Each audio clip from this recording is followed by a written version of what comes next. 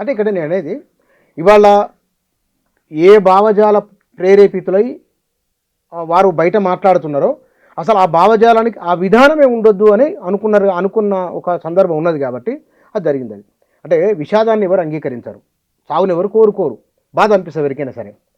వీళ్ళంతా బయటికి రావడాన్ని మీరు ఆహ్వానిస్తున్నారా లేదా? ఇప్పుడున్న పరిస్థితుల్లో ప్రభుత్వం కర్కశంగా ఉన్నప్పుడు ఇటువంటి ఇప్పుడు ఎవరినైనా చంపే పరిస్థితి ఉంది కదా.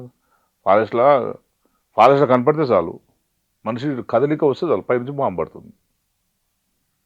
ఫారెస్ట్లో మనిషి కనబడితే చాలు ఎన్కౌంటర్ చేస్తాం. సో మరి తప్పని పరిస్థితి అయినప్పుడు ఆ పార్టీ దాన్ని మరి నిర్ణయం తీసుకుంటే బాగుండదు, మంచిది ఆహ్వానిద్దాం. ఇప్పుడు మనము నువ్వు నేను కలిసి సాయుధ పోరాటం చేసే పరిస్థితి ఎట్లా లేము. పాపం వాళ్ళు ధైర్యం చేసినారు, 30-40 ఏళ్ళు కొట్టాడినరు. ఇప్పుడు దానికి పరిస్థితులు అనుకూలంగా లేవు అని అర్థమవుతుంది కదా. కావచ్చు కానీ టెక్నాలజీ పెరిగింది కదా. నువ్వు ఏ మూలన ఎవరు దాక్కున్నారో కూడా నువ్వు మన కమని నువ్వు వాడు అమెరికా కూడా చంపేసాడు. ఎట్లా చంపినాడు? టెక్నాలజీ. చివరికి వాడు మన జేబులో ఉన్న సెల్ ఫోన్లోనే పేల్చి చంపేసిండు కొందరిని. 700 పేజీలను పెట్టి నీకు చంపేసిండు. సో అటువంటి టెక్నాలజీ డెవలప్ అవుతున్నప్పుడు నీకు మూమెంట్ కూడా ఆ దిశగా అభివృద్ధి చెందాల్సింది. ఆ దిశగా వాళ్ళు ఆలోచించి ఓ స్టెప్ ఇప్పుడు నువ్వు ప్రజాస్వామ్యయుతంగా పోరాటమా, ఇంకో రకమైన పోరాటమా, లేదన్నప్పుడు శత్రువు ధీటుగా ఎదుర్కొనే శక్తిని పెంచుకోవాలి.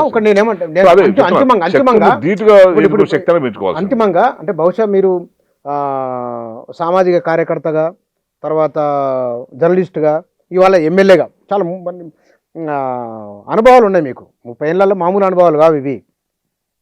కానీ మీకు ఎమ్మెల్యే అయిన తర్వాత వచ్చిన గుర్తింపు, ఎమ్మెల్యే అయిన తర్వాత పెరిగిన ఆత్మగౌరవం అంతకు పూర్వం ఉన్నదా? ఒక స్ట్రైట్ క్వశ్చన్. నాకు ఎమ్మెల్యే కంటే ఎక్కువ నేను జర్నలిస్ట్గా ఉన్నప్పుడే సాటిస్ఫై అవుతున్నాను. 100% నేను జర్నలిస్ట్గా ఉన్నప్పుడే సాటిస్ఫై అవుతున్నాను. ఎందుకంటే నేను జర్నలిస్ట్గా నాకు చాలామంది ప్రశ్నించడమే తప్ప ఆన్సర్ ఇవ్వడం తెలియదు. అట్లా కాదు, జర్నలిస్ట్ నేను ఎమ్మెల్యేకి ఏమున్నాయి అనుకుంటారు. అంతా బయట అన్నీ చాలా ఉంటాయి. ఏదో చెప్తున్నా కదా, బయట చాలా ఎమ్మెల్యే అయ్యేసరికి అది ఉంటుంది. మీ దగ్గర 200-300 కోట్లు ఉన్నాయట. నాకు ఒక కోటి మిగతా తీసేసుకో, ఎక్కడైనా ఉంటే తీసేసుకో. 1 కోటి రూపాయలు ప్రచారంలో ఉన్నది. మరి ప్రచారం చాలా ఉంటుంది. ప్రచారంలో చాలా ఉన్నప్పుడు ఏమంటారు, గద్దరు పిల్లలంతా అమెరికా చదువుతారన్నారు. గణపతి కొడుకు గణపతి అమెరికా చదివిస్తున్నారు. ఆర్కే పిల్లలు అవన్నీ అబద్ధాలు కదా. గణపతి కొడుకు నాకు పరిచయం 2004-05లో నాతో రెగ్యులర్గా వస్తాడు పాపం. అసలు మొన్న ఆడియో విన్న తర్వాత అంటే నాకు ఆయన కలవక 15-20 సంవత్సరాలు అయింది కనుక ఆడియో ఆయన కాదని చెప్పలేం, కానీ అర్థం మాత్రం ఆ బాధ ఆయనలో ఉన్నది. వాయిస్ అయితే ఆయనదేనా? సో అంటే చెప్తున్నా కదా, 20 ఏళ్ళు ఆయన నా వాయిస్నాక. ఆ మధ్యలో నేను ఎమ్మెల్యే గెలిచినాక కంగ్రాట్స్ అన్న నాకు ఒకసారి మెసేజ్ టెక్స్ట్ చేసిండు, తప్పించి ఒకసారి మాట్లాడి ఉంటాము. నేను నా నంబర్ ఉంది కదా అని చెప్పి నేను ఫీడ్ చేసుకోవాలి, కానీ నా దగ్గర ఉన్న నంబర్ పనిచేస్తలేమో, నేను ట్రై చేస్తే ఆ నంబర్ పనిచేస్తలేదు. కానీ తండ్రి గురించి ఒక కొడుకు పడే బాధ ఏందనేది ఒక 25 పేజీల లెటర్ రాసిచ్చిన్నారు. ఉన్నది లేదు ఇక్కడ అంటే చూడాలి, వెతకాలి ఎక్కడ దొరుకుతుంది. అద్భుతంగా రాశాడు పాపం. ఓ కొడుకు తండ్రి కోసం ఎంత తపన పడతాడు అనేది. అది నేను ఆయన శ్రీనివాస్ అంట, మరి వాసుదేవరావు అన్నారు కానీ నాకైతే శ్రీనివాస్ అని వాసు అని అంటుంటుంది నేను. సో చాలా ఇక బాధ పాపం ఆయన కూడా. నా తండ్రి చిన్నప్పటి తండ్రి లేడన్నా ఏడ్చింది నా దగ్గర చాలాసార్లు. ఒక్కోసారి కలవాలన్న మా నాన్నను, ఒక్కసారి కలవాలి, మా అమ్మను కలిపియాలి, ఒక్కసారి జస్ట్ ఇట్లా మా అమ్మకు చూపెడతాను మా నాన్నను, ప్లీజ్ అన్న చెప్పన్నా, ఎవరికైనా చెప్పన్నా, నువ్వు పోతావు కదా, నేను తీసుకుపోవు సార్, నేను వాళ్ళని కాలు మొక్కేయను సరే మా నాన్న కల్పించే ప్రయత్నం చేస్తాను నేను మా అమ్మ కోసం. వాళ్ళ అమ్మ అప్పుడు అమ్మ ఆరోగ్యం అప్పుడు బాగాలేదన్నాడు, బహుశా ఇప్పుడు ఎట్లుంది తెలియదు, కానీ అమ్మ ఆరోగ్యం బాగలేదన్న, మా అమ్మ చనిపోయి ఒక్కసారన్నా మా నాన్న చూపెట్టాలి నేను అని ఒక తపన ఆ పిల్లోడిలో పాపం కనపడ్డది. నేను చాలాసార్లు ఓదారుస్తుండే, కాదు సీను అట్లా కాదు, ఎట్లా అవుతుంది, ఎట్లా సాధ్యం కాదు అంటే, అన్న చివరికి నేను లెటర్ ఇస్తాను, ఈ లెటర్ని పంపించాను ఎట్లా అట్లా మా నాన్నకు పోతుంది లెటర్, సరే నీ ఇష్టం అని చెప్పి నేను నాకు తెలిసి చర్చల టైంలో ఆర్కే కూడా ఇచ్చుంటాడు, చర్చల టైంలో ఆర్కే కూడా ఇచ్చుంటాడు, ఆయన కలిసి ఉంటాడు ఇట్లా కలవాలనేది. నాకు కూడా ఇస్తే నేను కూడా ఇంటర్వ్యూ పోయిన కొన్ని సందర్భాల్లో వాళ్ళతో చెప్పిన ఇట్లా గణపతి గారి కొడుకు మా దగ్గరికి వస్తుండు, మా ఆఫీస్కి వస్తుండు రెగ్యులర్గా, ఇట్లా కలవాలని వాళ్ళ అమ్మని కలిపియాలని చెప్పి ఇదవుతున్నాడు అని నేను 2-3 సార్లు చెప్పేసరికి మళ్ళీ పోయినాక ఇక అట్లా సాధ్యమైద్దా అన్నట్లా, ఆయన పెద్ద పొజిషన్లో ఉంటాడు, ఎవరిని గలడు, కుటుంబాలు ఇట్లా కలుసుకుంటూ పోతే ఉండదన్న, ఎవరికి ఆ అవకాశం ఉండదు, మరి మేము సమాచారం ఇస్తాం కానీ ఆయనకైతే కలిసే అవకాశం ఉండదు అని చెప్పి చెప్పన్నారు. సో అట్లా పాపం అట్లాంటి కుటుంబాలు కొన్ని వందల వేల కుటుంబాలు ఉన్నాయి పాపం. తల్లిదండ్రుల గురించి సరే కొందరు పెళ్లి చేసుకొని భార్య పిల్లల్ని వదిలిపెట్టిన కొందరు ఉంటారు, కానీ మిగతా వాళ్ళు కూడా చాలా మంది కుటుంబ సభ్యులు వాళ్ళు ఉంటారు కదా. సో అది నిజమే నాకు తెలిసి ఆ వేదన, ఆ లెటర్ అయితే, ఆయన ఆడియో అయితే కరెక్ట్ కావచ్చు అని నాకు అనిపిస్తుంది. ఎందుకంటే ఆ ఉద్యమము సాధించిన ఫలితాలు ఏమిటి, విమర్శలు ఏమిటి అనే జోలికి నేను వెళ్ళదలుచుకోలేదు. ఎందుకంటే దాన్ని మదింపు చేసే శక్తి కూడా నాకు లేదు.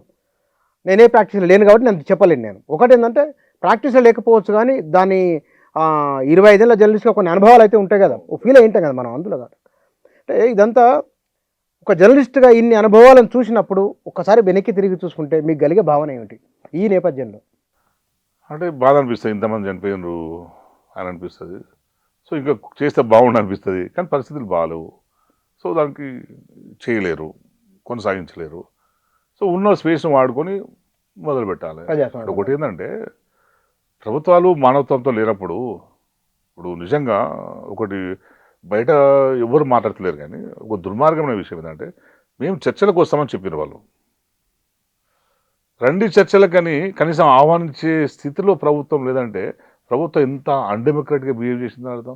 ఈ విషయాన్ని బయట ఉన్న మేధావులు మరి ఎందుకు అర్థం చేసుకోలేకపోయారు? ఎవరు మనమనే సరే, నీకు నాకు వివాదం ఉంది, మాట్లాడుతూ కూర్చొని మాట్లాడుకోవాలి కదా. లేదు, మీరు మొత్తం లొంగిపోవాలి, లేదంటే సావాలి. అంటే నువ్వు ఎవరు చంపుతారు, ఎవరి మీద మీరు అదే చెప్తున్నా. అంటే నేను చెప్తున్నా కాదు లొంగిపోయిన వాళ్ళను తప్పు పట్టే వాళ్ళ కోసం చెప్తున్నా నేను. కొందరు ఎందుకు మరి తప్పు అదే చెప్తున్నా. ఇప్పుడు నువ్వు చర్చలకు అవకాశం ఇయ్యలే, నువ్వు చర్చిస్తామా అని చెప్పారు కదా, వాళ్ళు బయటికి రావడం తప్ప వేరే మార్గం. మేము చర్చిస్తామన్నారు,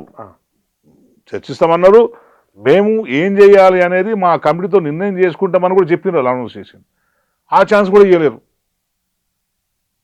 సో ఇవన్నీ ఏంటంటే ప్రభుత్వం ఇంత కర్కశంగా ఉన్నప్పుడు ఇంకో ప్రత్యామ్నాయ మార్గాన్ని వెతుక్కోవాల్సిన అవసరం అయితే ఉంటుంది. అంటే వాళ్ళ ప్రాణాల కోసం కాదు, నేను చెప్తున్నా, వాళ్ళ ప్రాణాల కోసం కాదు, రేపు ప్రజల కోసము, ప్రజల తరపున మాట్లాడేవాళ్ళు, నిజాయితీగా నిలబడేవాళ్ళు, హక్కుల కోసం కొట్లాడేవాళ్ళు, వాళ్ళు ఇన్ని సంవత్సరాలు ఉన్నారు కనుక వాళ్ళు ఇంకా సజీవంగా ఉంటే ఇంకొక అద్భుతమైన ప్రజా ఉద్యమాన్ని నిర్మించగలుగుతారని ఒక నమ్మకం నాకైతే ఉన్నది. వాళ్ళకి స్పేస్ ఇవ్వాలి.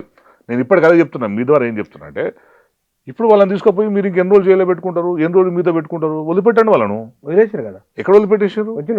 వాళ్ళ ఊర్లలోకి వెళ్ళిపోయారు కదా. ఇక్కడ లేదు, మళ్ళీ పోలీసు గూట్లోకి పోతారు. అవునా?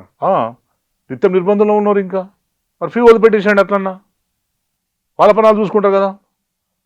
వాళ్ళ ఇంటికి పోయి వాళ్ళ కుటుంబ సభ్యులతో ఉంటారా, వాళ్ళు ఇంకేమైనా ఆర్గనైజేషన్ చేసుకుంటారా, వాళ్ళు స్వేచ్ఛ చేయండి. మరి తీసుకొచ్చారు కదా. సో అది లేదు మరి. అంటే మొత్తం ఏంటంటే ఒక ఉద్యమం మొత్తాన్ని అంచడానికి సాయుధులు అనే ఒక సాకు చూపెట్టి నిర్బంధించరు అనేది ఇక్కడ చాలా స్పష్టంగా అర్థమవుతుంది. నిజంగా ఈ గవర్నమెంట్ కానీ కేంద్రం కానీ మీకు సిన్సియారిటీ ఉంటే, ప్రజాస్వామ్యం మీద మీకు అంత ప్రేమ ఉంది, మేము సాయుధ తిరుగుబాట్లను, సాయుధ పోరాటాన్ని మేము స్పేర్ చేయమని అన్నప్పుడు వాళ్ళకు డెమోక్రటిక్ స్పేస్ ఇవ్వాలి. సెక్యూరిటీ ఉండాలి కదా, అని వాళ్ళు చూసుకుంటారు. నువ్వు బలం ఉన్నావు, వాళ్ళ సెక్యూరిటీ వాళ్ళు కోరుకుంటారా? వాళ్ళు కోరుకుంటారా? వాళ్ళేం కోరుకోవట్లేదు కదా, వాళ్ళ సెక్యూరిటీ వాళ్ళు కోరుకోవట్లేదు కదా. ఇది సామాజిక సమస్య. అవునవును, వారు వ్యక్తిగతం కాదు, ప్రజలు చర్చ జరగాలంటున్నాను. వాళ్ళ ప్రెస్లు పెట్టించండి, వాళ్ళు వదిలిపెట్టండి, వాళ్ళు ప్రజలు చెప్తారు. ఇప్పుడు నువ్వు నేను మాట్లాడుకుంటున్నాం కదా, మేము ఎందుకు వచ్చినాం వాళ్ళు ప్రజలకు చెప్పుకోవాలి కదా. మా వాళ్ళు ఎంతమంది చచ్చిపోయినారో ప్రజలకు తెలియాలి కదా, చెప్తారు కదా వాళ్ళు. మేము సాయుధ పోరాటం ఎందుకు చేసినామో ప్రజలకు చెప్పుకోవాలి కదా వాళ్ళు. నువ్వు చెప్పుకోకుండా ఇంకా నువ్వు జైల్లో మీ దగ్గరనే పెట్టుకొని రోజుకో మాట్లాడి మా గణపతి వస్తాడు, వాళ్ళు వస్తారు, వీళ్ళు వస్తారు, వచ్చిన. ఇప్పుడు సమాజంలో ఒకటి క్రియేట్ అయిపోయింది. ఏమైంది, పాపం వాళ్ళు కూడా ఎక్కువ రోజు వస్తేనే బెటర్ అనేది సమాజంలో ఒక ఒపీనియన్ క్రియేట్ అయిపోయింది. జనాలు సైకలాజికల్ 99% 100% మంది బయటికి రండి అని అంటున్నారు. రండి అని అంటున్నారు. మరి రండి అని వచ్చిన తర్వాత మరి ఎందుకు అందరూ మద్దతు చెప్తలేరు? మరి మద్దతు చెప్తే ఇప్పుడు ఎందుకు మన స్టడీ అడగాలి కదా. నువ్వు లోపలేసి వాళ్ళని కొడుతుండొచ్చు, రోజు హింసిస్తుండొచ్చు, ఎవరు తెలుసు. సో అటువంటి ఒక వాళ్ళకు మన డీజీపీ ఒక మాట అన్నారు, మీ ప్రాణాలకు మా ప్రాణాలు అడ్డేస్తామన్నారు. అదే అంతా పోలీసు అట్లా మామూలు విషయం కాదు. ఓకే, తెలంగాణ పోలీసు అంతవరకు మంచిగా ఉన్నారు అని వాళ్ళు ఒప్పుకుంటారు కనుక సంతోషం. మంచిదే మంచిదే, అంతవరకు మంచిదే అంటున్నా, అంతవరకు మంచిదే. కానీ వాళ్ళ ఉద్యమాన్ని వాళ్ళ త్యాగాన్ని గౌరవించాలంటున్నాను. అది సమాజంలో 40-50 ఏళ్ళు పనిచేసి వచ్చిన వాళ్ళు వాళ్ళకు కూడా స్పేస్ కల్పిస్తే వాళ్ళు ఏం చేస్తారు. ముందు మీరు అన్నట్లు నిజంగానే ఈ ఇంటర్వ్యూ పబ్లిక్ డొమైన్ లోకి వెళ్ళిన తర్వాత ప్రజల్లో చర్చ జరిగే ఆస్కారం ఉంటుంది. లేదా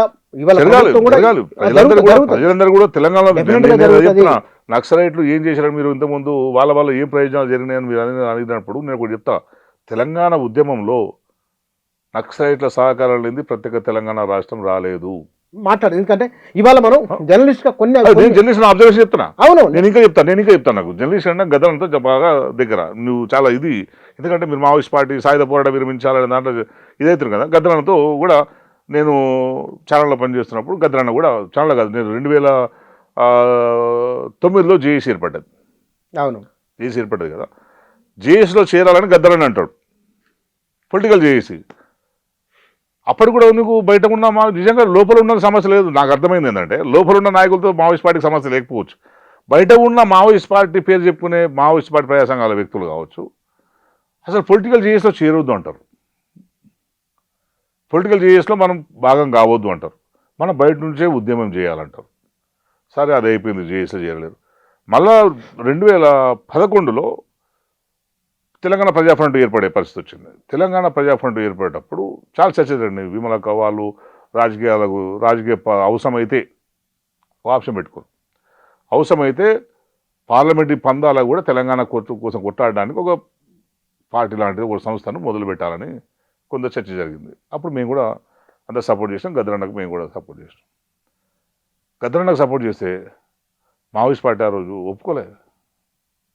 నిజంగా మావోయిస్ట్ పార్టీ కనుక ఆ రోజు ఒప్పుకొని గద్దరన్న లాంటి వాటితో పార్టీ పెట్టించుంటే ఇప్పుడు ఇంకోలాగా ఉంటుండేమో. ఇప్పుడు మీరు అంటే పరిణామ క్రమాన్ని నేను అబ్జర్వేషన్ చెప్తున్నాను. అది ఆ ఛాన్స్ మిస్ చేసుకున్నారు వాళ్ళు. అంటే మరి అంచనా లేకనా, లేక వేరే వ్యక్తులు సరైన వ్యక్తులు వాళ్ళకు కనపడకనా ఆనాడు కనుక నిర్ణయం తీసుకుని ఉంటే తెలంగాణలో ఒక ఫోర్స్గా మావోయిస్ట్ పార్టీ, సరే ఆ పేరు కాకపోయినా ఎన్నికల వ్యవస్థలో చాలా బలంగా ఉండేవాళ్ళు. అంటే సార్ సపోజ్ నేను చెప్పేది ఎమ్మెల్యే అవుతారు, ఎంపీ రైతుల వ్యవస్థ సమస్య కాదు ఇక్కడ. వేరే పార్టీలో ఉన్నా ఇప్పుడు ఎమ్మెల్యే ఎంపీ కావాలంటే పెద్ద చాలా మామూలుగా కాదు. గణపతి వచ్చి నిలబడ్డ ఎమ్మెల్యే గెలవలేడు ఇప్పుడు, నా అనుభవం.